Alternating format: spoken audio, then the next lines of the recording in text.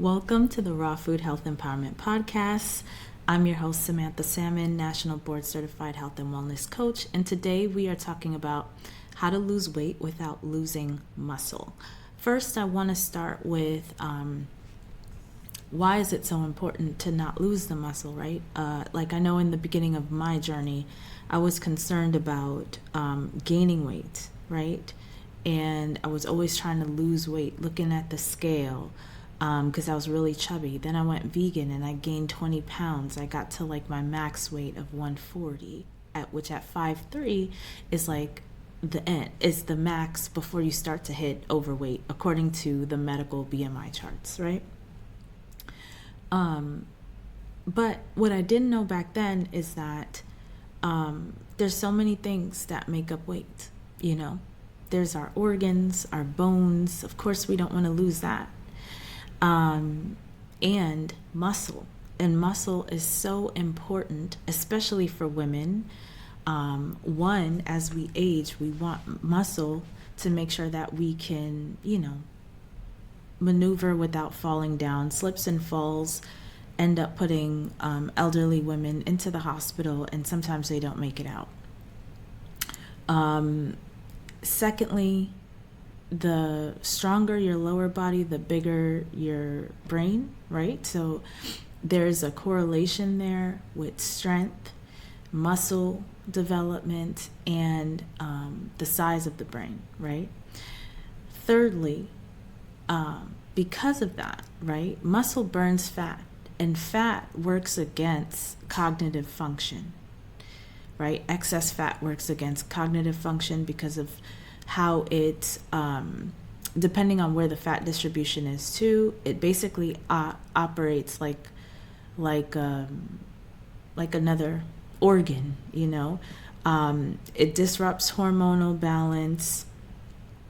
It can stifle vital organs, put pressure on your cardiovascular system, all of which affect your brain. If you have blood pressure issues, cholesterol issues, all of these things affect brain function. So when you build muscle, you actually burn fat, you improve your metabolic health, you improve your brain health, you improve your hormonal balance. These are also important. So I focus more with my clients on improving metabolic health, which means improving body composition. It doesn't really matter the number on the scale. So for example, I was so concerned about that for 140, but if my body fat was at 20 or 15%, who cares, right? That would just be muscle I would be carrying that I would need to maintain with strength training and enough food, right? So I want to kind of delve deeper into this also too, with that situation of being 140 and the body fat. If I'm 140 and my body fat is 50% or 30%, that's no good. That's something to work on, right? To get that excess fat off, because it could be causing some hormonal issues, insulin resistance, which is the precursor to type 2 diabetes, or the mechanism behind it, type 2 diabetes, PCOS, which is polycystic ovarian syndrome, and all sorts of other things, right? So how do we lose the weight then and maintain and build muscle? Okay, this is basically what I've done and what I help my clients do. And how we go about doing that is, first of all, we eat. We don't starve ourselves. We eat. We eat to satisfaction. That's number one. Okay. You also prioritize strength training and not cardio, depending on where you are. So you definitely prioritize the strength training, but you don't throw out the cardio. And the cardio doesn't have to be intense, but it is necessary depending on how much body fat you're carrying and what your goals are, right? But strength training is a must. And we're not starving ourselves. We're not, we may be mindful of the caloric needs that our body has given, our resting metabolic rate, our basal metabolic rate, and also what's needed for our activity levels, right? So if I'm a marathon runner, I'm going to need way more energy than somebody who has a more sedentary lifestyle, even if I'm strength training on top of that, right? So you have somebody like Serena Williams, for example. Serena, when she was playing tennis, this is a lot of cardio activity. And so, plus the fact that I think she did a lot of strength training in her upper body for the power in her arms, right? So you have to feed that. You have to feed the muscles and you have to feed that activity. So you're going to end up eating way more than somebody who is someone like me, who I'm doing like 20 minutes of a workout, every day or every other day, right? And just walking around the house or, running errands or whatnot, I don't need as much needs as an athlete, because I'm not operating on that level. Now, there was a time when I was weightlifting and working out a lot more, and I was way hungrier and way sleepier, right? So that's a twofer. So I didn't stop eating, right?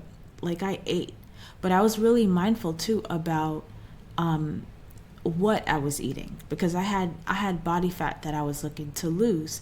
And so eating lots of greens so I could fill up, right, on that and not add the extra energy beyond what I needed, right? So there is somewhat nuance to this. This is why I'm not one of those people who are like, oh, don't count calories. I count calories always for a metric. It's not like it's something I do every day or has to be done every day.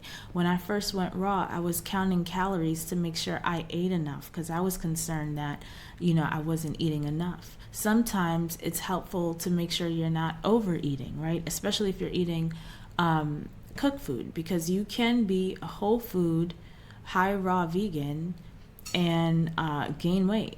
You can. By being sedentary and eating way more than your body needs. It's going to store that extra energy as fat. It just is. It's just how the body works. And this has been my personal experience, and this is what I'm seeing in my clients. Now, I want to talk about, too, Lizzo, because I have been seeing some videos of Lizzo, specifically like vegans, talking about, clearly she wasn't a real vegan, which I don't think she claimed to be an animal activist vegan.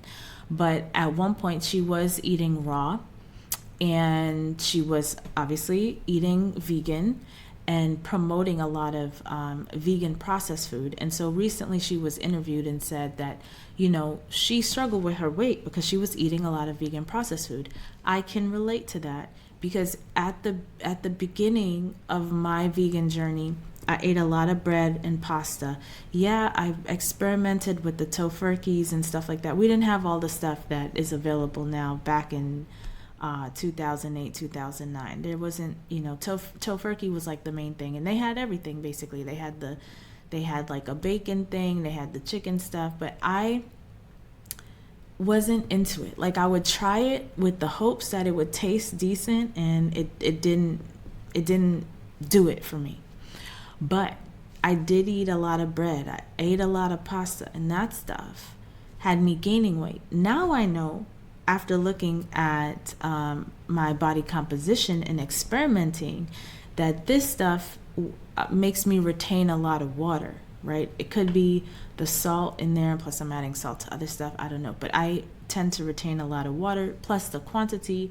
Some of it is turning into fat. But for the most part, it's making me inflamed, basically. And so I understand what she's saying. And this is why it's important to have guidance. I'm not sure who was guiding her. She also mentioned that, she was hungry all the time. And trust, I know, right? I have a big appetite, which is why any type of program that says you got to cut back. I don't cut back. But what I will do, right, just to be mindful of my caloric consumption is eat more greens. If I'm hungry and I've already met my caloric needs for the day, I'm going to have some cruciferous vegetables or a leafy green salad or something like that, right? I'm going to drink water, lots of water. Sometimes you think you're hungry and you're actually thirsty. Have you consumed enough water? The brain doesn't like to be dehydrated, nor do the kidneys and the liver, right? So I'm not sure who was advising Lizzo, who was in her corner. Obviously, if she was free willy-nilly with the processed foods, the vegan processed foods, and on a weight loss journey, then I would just assume that she wasn't working with a coach, a health coach. And this is why it's important to have, support, especially when the stakes are so high, where you're having metabolic issues with that level of obesity, putting stress on your cardiovascular system. It messes with your energy. It messes with your brain function, right?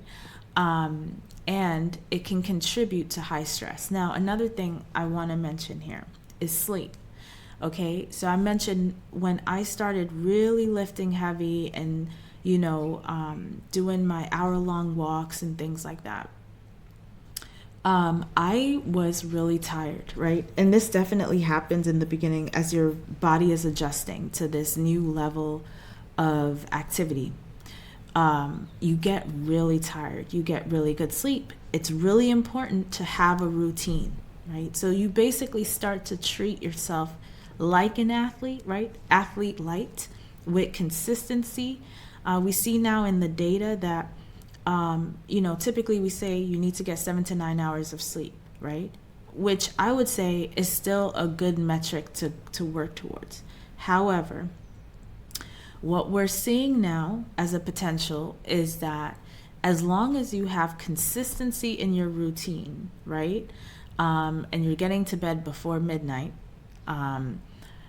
that consistency is even more important for the health of your brain, right? So even if you're getting 6 hours or less, the brain will adjust itself where it's falling into REM faster, spending more time there. So it's operating a little differently than someone who's getting the 7 to 9 hours. But that doesn't mean that it's not efficient, right? The brain is going to adjust itself to get what it needs as long as you stay consistent, which means you get to bed at the same time, right? Every night, right? And you are not up on the phone looking at blue light and stuff like that, which I know is very difficult to get out of the habit of doing, but it's one of those things that once you make the decision and you make the plan, like, this is important to me.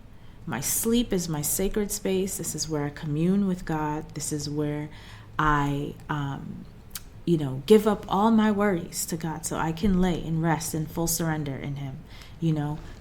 Whatever it is you need to do to make sure you can get to sleep, make it special for yourself. Have a ritual or something, right? So you can stay consistent with that. And the sleep helps with muscle recovery. So that was one of the things for me also why I heavily prioritized eating enough, right? Especially like the protein rich fiber foods, so like my hemp seeds and beans, just enough beans to mitigate delayed onset muscle soreness, right? The sleep, the water, and eating enough helps with this. And so you want to prioritize that. And what you'll find is that, especially if you pair that with lots of raw foods, that you will release the excess fat, but you will maintain your muscle tissue and you can grow that muscle tissue, right? Because, everybody has their own version of what a healthy, beautiful body looks like, right? And that is completely subjective to you.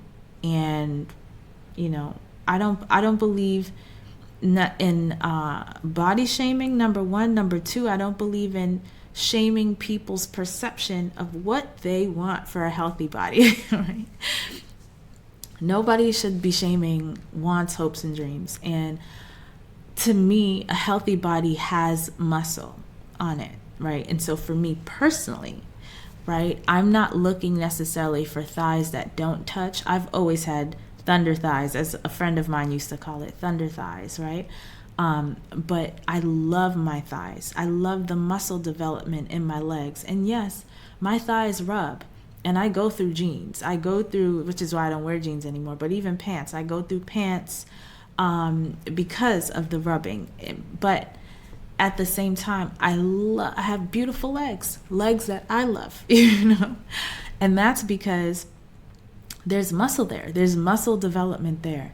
And I'm really proud of that, and I'm happy for that. And so if you are looking to release that excess fat, protect and build the muscle so that you can protect your brain, your mental health, and your cognitive function, and just have a healthy body that's running well hormonally, your energy is up, then these are the things that you should really be paying attention to and prioritize. And if you need support, right, don't just be like Lizzo and think, oh, I could just figure it out on my own, because what she ended up doing was falling into a diet that will help her lose weight, and she is losing weight. She's also using Ozempic. And, if you are comfortable with daily injections, then Ozempic, I'm sure, may be an option for you. That's something you talk to your doctor about, or Wegovy, which is more focused on the weight loss. But I know for somebody like me, I don't like injections. I don't like pills. I'm not into all those invasive things. That to me feels invasive. I'm not into that. I would rather take care of my body naturally. At most, I would use herbs, and I have much respect for herbs, where I only use the herbs that I need when I need them, right? So I'm not like just doing preventative with herbs. I'm being really targeted, So I'm more of the mindset that we need to give the body what it needs, so that we can have it for the long haul. Just like you have a car and you want to maintain it, right, with the oil change when needed, changing the tires and the bearings when needed, whatever, right? Keep the engine up to date and running smoothly, you do all that to maintain the life of the car, so you could get your ROI on that car, right? Your return on investment, right? Squeeze all the juice out of it that you can. And it's the same thing that I'm looking to do with my body, and that I help my clients do, right? And unfortunately with Lizzo, she's on a diet where she's losing the weight, but weight loss is not necessarily the ultimate goal. We want longevity of this body. And when you're eating certain things like meat, like dairy, like eggs, right, you are shortening your lifespan according to scientific research. And I know we're living in a time now where you have non-scientists calling scientists anti-science, but this is hashtag fake news, okay? You can't just be resting on media, right? There is evidence out there, and you have to look at the evidence. When people start to question, maybe that's an opportunity to dive in and do your own research, and not just do your own research, but pay attention to how the research was done, who was it funded by, right? What is the theory they're looking to prove and disprove, and how did they go about doing that, right? And we also know that there are some bad actors in the space of research where, results are being cherry-picked to present a certain, thing, right? And we also need to keep that in mind. But the evidence is overwhelming that having foods that are high in advanced glycation end products shortens your lifespan.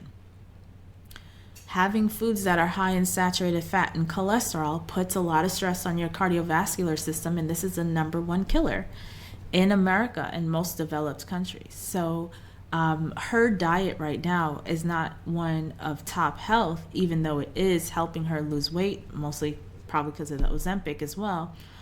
And she brought in her interview some valid concerns, and these are really important to address and work with a coach to work through.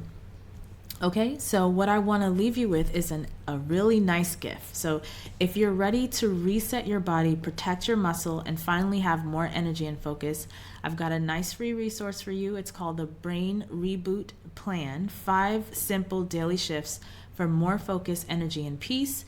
And they're small, doable changes that can help you feel better, move better, stay consistent without burning out, right? I know folks feel too busy and too overwhelmed to do all the things, but these are really important things. And they're just small steps, right, that you can take right now to improve your health. I'm looking to help you increase your energy, lower your stress, and improve your cognitive function, okay? So check the description to this show, and you will see the link to get your own copy of this free resource guide. And, I would highly encourage you to not chase quick fixes, right? Because ultimately you can get the result of weight loss a variety of ways, even via cancer. But cancer is not fun. We don't want that. You could get a virus and lose weight. I remember one time when I was in primary school, I was losing lots of weight, which I was really excited about. We didn't know why. Had to go to the doctor. Turned out I had constipation. I don't know how you could be constipated and lose weight, but it was me. And they put me on Metamucil or something to drink, and that was nasty. It felt like I was drinking somebody's vomit, right? It was not a fun experience. So that, these types of weight loss measures, they're not fun, and they don't really help with the real goal of quality of life, which is what we're looking for. All right. Until next time, take care.